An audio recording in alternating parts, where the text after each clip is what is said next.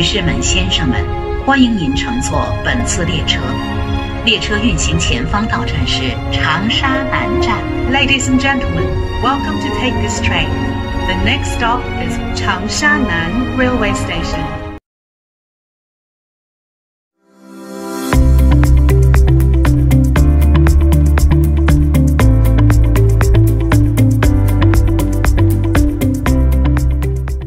Mến chào tái ngộ cùng các bạn đã ghé qua kênh Su đó đây. Tiếp tục hành trình khám phá Trung Quốc. Hôm nay mình mời các bạn đến thăm tỉnh Hồ Nam nhé. Nơi đây được thiên nhiên ưu ái ban cho nhiều cảnh quan núi non hùng vĩ, những khu rừng nguyên sinh rộng lớn, những cổ trấn nên thơ đến lạ thường. Theo thống kê, lượng du khách đến từ Việt Nam tham quan tỉnh Hồ Nam nhiều nhất so với các tỉnh thành còn lại. Hãy cùng mình tham quan, tìm hiểu xem tỉnh Hồ Nam có gì đặc biệt mà lại thu hút du khách muôn nơi tìm đến để khám phá nhé.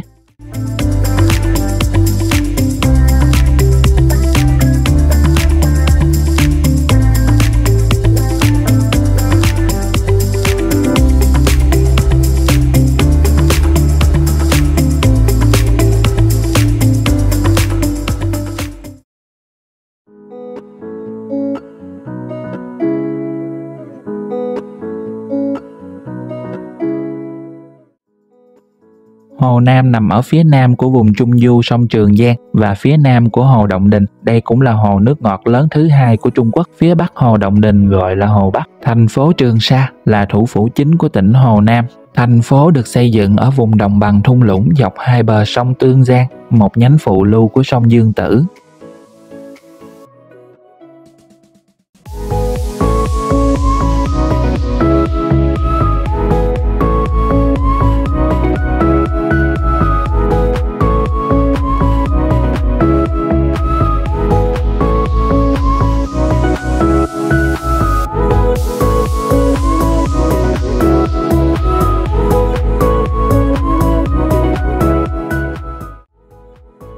Sông Tương Giang chia thành phố Trường Sa thành hai phần. Bờ phía đông chủ yếu là phát triển công nghiệp, thương mại, bờ phía tây chủ yếu phát triển về văn hóa và giáo dục. Thành phố Trường Sa là thành phố đông dân nhất tỉnh Hồ Nam, có lịch sử phát triển hơn 3.000 năm. Thành phố này cũng là kinh đô của Vương quốc Trường Sa vào thời nhà Hán và là kinh đô của nước Sở trong thời kỳ Ngũ Đại Thập Quốc. Được biết, nơi đây cũng là quê hương của nhà cách mạng Mao Trạch Đông, người sáng lập ra nhà nước Cộng hòa Nhân dân Trung Hoa. Ông sinh sống và làm việc cũng như bắt đầu sự nghiệp chính trị của mình ở thành phố này. Chính vì thế mà thành phố Trường Sa trong quá khứ đã trải qua vô vàn những biến động lịch sử và chịu ảnh hưởng trực tiếp bởi những cuộc nội chiến lẫn ngoại chiến.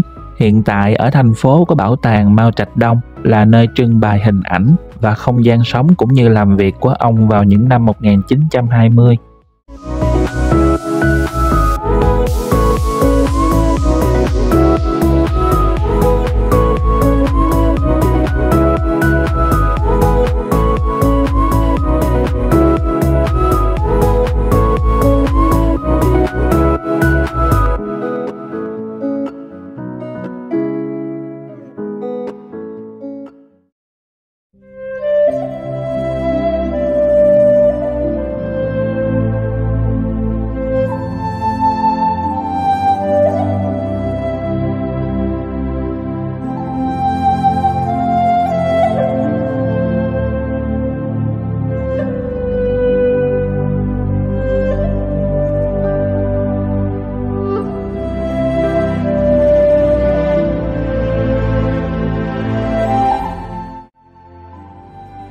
Nằm giữa con sông Tương Giang, đảo Quốc Tử được bao bọc bởi hai bên bờ đông và bờ tây của trung tâm thành phố Trường Sa. Hòn đảo diện tích không lớn, nhìn từ trên cao hình dáng đảo Quốc Tử hiện lên như một chiếc thuyền màu xanh lá đang lướt mình trên dòng sông Tương Giang xanh biếc.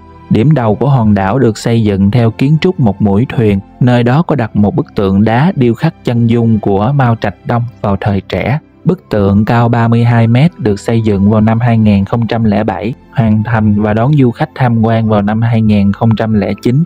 Bức tượng này cũng trở thành địa điểm mà người dân Trung Quốc nhất định phải đến tham quan và mong muốn có một bức ảnh lưu niệm cùng bức tượng một lần trong đời. Ý nghĩa của địa điểm này đối với người dân Trung Quốc cũng tương tự như Lăng Bác Hồ ở Ba Đình, Hà Nội đối với người Việt Nam. Cũng được biết giữa Bác Hồ và ông Mao Trạch Đông trong quá khứ có mối quan hệ hữu nghị bền vững.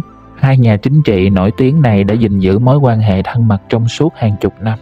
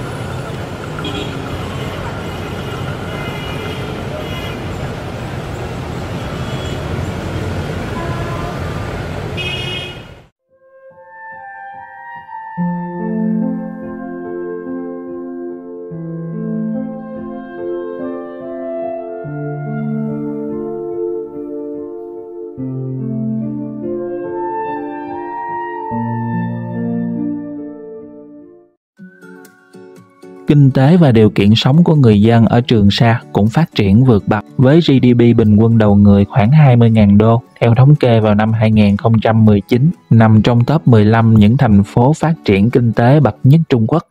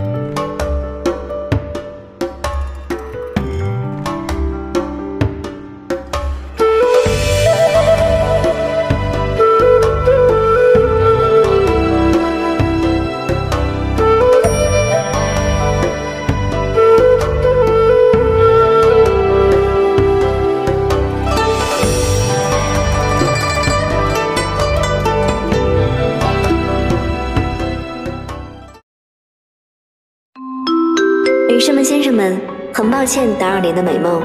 随着列车的飞驰，我们即将到达神秘湘西。 Nằm trên dãy núi Sùng Sơn huyền bí tại khu tự trị Tương Tây, Phù Dung Trắng thu hút khách du lịch ghé thăm bởi một vị trí vô cùng độc đáo. Thị trấn được xây dựng trên một ngọn núi, nơi cao nhất của thị trấn đạt hơn 900 mét. Từ nơi cao nhất của thị trấn bạn có thể nhìn ngắm nét đẹp đơn sơ và giản dị, nhưng không kém phần thơ mộng của một thị trấn trên cao với lịch sử hàng ngàn năm tuổi, cùng những con đường quanh co như những mảnh lụa mềm mại uốn quanh thị trấn cổ.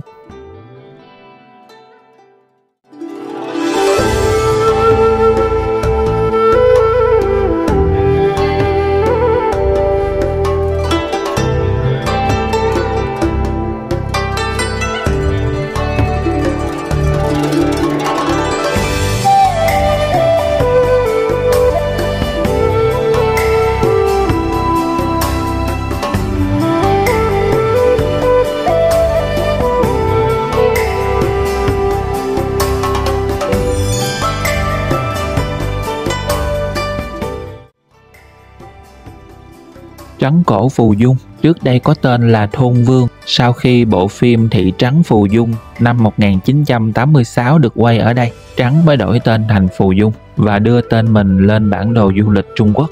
Phù Dung Trấn khoác lên mình một nét đẹp quyến rũ và vô cùng huyền bí, với những thác nước hùng vĩ giữa lòng cổ trấn. Nhìn từ xa, Phù Dung Trấn như được treo lơ lửng trên những con thác nước chảy quanh năm.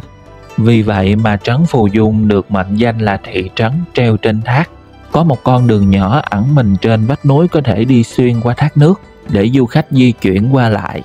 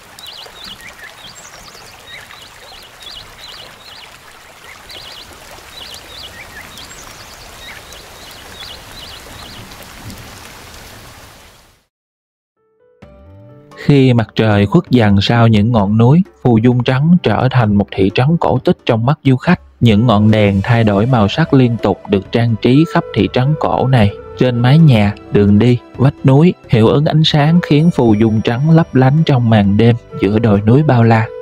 Đến Phù Dung Trấn, bạn không chỉ được ngắm nhìn vẻ đẹp thanh bình, cổ kính và thơ mộng, mà còn có cơ hội khám phá nét đẹp văn hóa cũng như truyền thống, lịch sử của người dân tộc Thổ Gia. Ngoài ra, bạn có thể tham quan thác nước Phù Dung, cầu Thổ Vương, cung điện Thổ Ti, phố đi bộ Ngũ Lý Thạch Bản để hòa mình vào nếp sống sinh hoạt của những người dân nơi đây, và khám phá những món ăn địa phương cũng sẽ là trải nghiệm vô cùng tuyệt vời trong chuyến đi của bạn.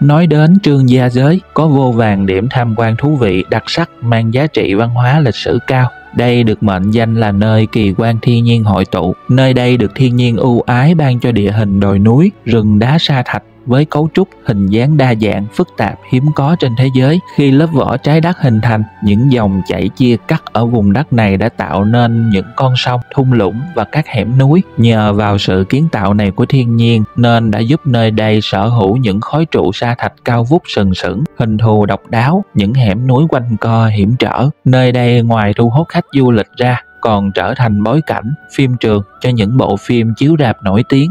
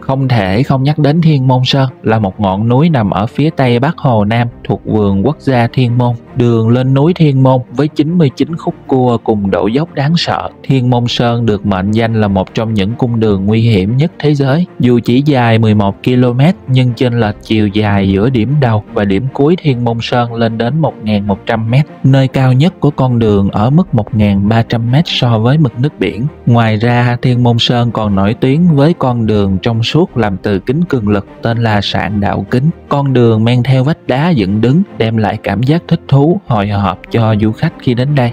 Trên đỉnh núi còn có cổng Thiên Môn, được thiên nhiên tạo tác hình dáng như một cổng trời cao và rộng. Cách di chuyển tốt nhất lên đỉnh núi để ngắm cổng trời là đi bằng cáp treo. Đây cũng là cáp treo lên núi dài nhất thế giới với độ dài lên đến 7.455 m, giúp bạn vượt qua 99 khúc cua. Nhìn từ trên cao, 99 khúc cua hiện lên quanh co trên những sườn núi hiểm trở giữa đồi núi bạt ngàn. Sau khi rời cáp treo, bạn sẽ trải nghiệm thêm 999 bậc thang để đến được cổng trời Thiên Môn Sơn. Nếu như bạn không muốn đi bộ, ở đây cũng có bố trí hệ thống thang cuốn giúp du khách thuận tiện di chuyển lên xuống.